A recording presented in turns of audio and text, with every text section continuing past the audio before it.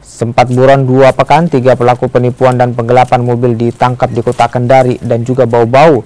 Ketiganya merupakan sindikat penipuan dan penggelapan mobil dengan modus take over dan rental kendaraan. Kendaraan yang dirental dijual ke orang lain dengan menggunakan dokumen palsu. Selain ketiga tersangka, polisi juga menyita 28 unit kendaraan roda 4 dan sejumlah mobil mewah.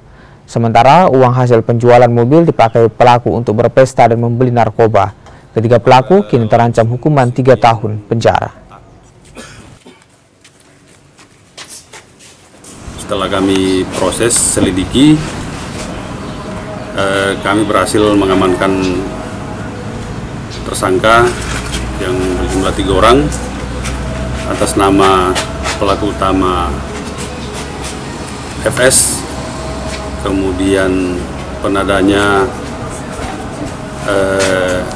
inisial HN dibantu oleh HL.